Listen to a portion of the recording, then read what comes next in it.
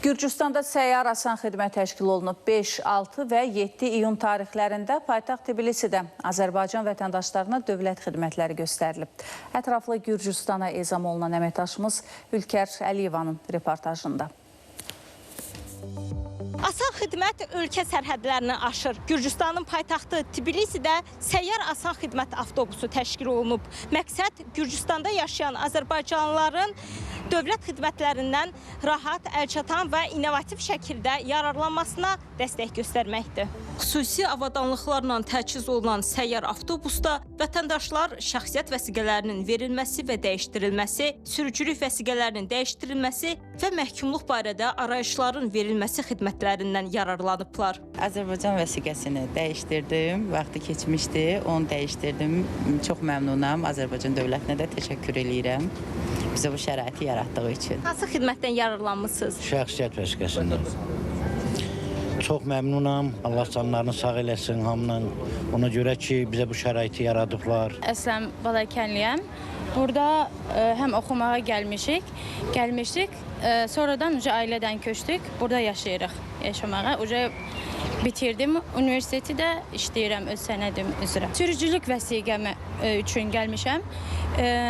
Əslində 1 il var idi, amma belə xidmət olduğu üçün istədim ki, bu il dəyişim.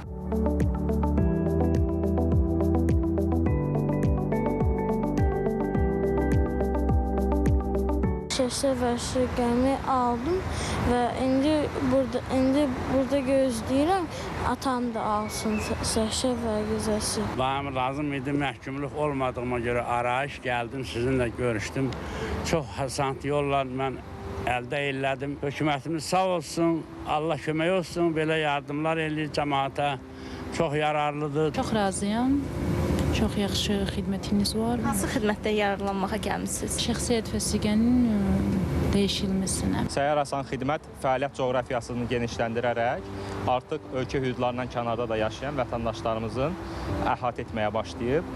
Məqsədimiz harda yaşamasından asılı olmayaraq Azərbaycan vətəndaşlarının dövlət xidmətlərinə əlçatanlığını təmin etmək və eləcə də heç kəsin bu xidmətlərdən kənarda qalmamasına nail olmaqdır. Azərbaycanın Gürcüstandakı səfirliyində təşkil olunan xidmətlərdən 3 gün ərzində 500-ə yaxın vətəndaş yararlana bilib. Bugün biz görürük ki, gözəl bir layihə ərsəyə gəlib, təşəbbüs və bizim vətəndaşlar bu xidmətlərdən faydalanırlar. Bu bir daha onun bariz nümunəsidir ki, dövlət və başda möhtərəm cənab prezident olmaqla xaricdə yaşayan vətəndaşlarımızın qayğısı və diqqəti onların xüsusi diqqətindədir. Layihə prezident yanında Vətəndaşlara Xidmət və Sosial İnnovasiyalar üzrə Dövlət Agentliyi ilə Xarici İşlər Nazirliyinin birgə təşkilatçılığı, Diasporla İş üzrə Dövlət Komitəsinin dəstəyi ilə təşkil olunub. Ülkər Əliyeva, Şəhriyar Əhmədli, ATV Xəbər, Gürcüstan, Tbilisi.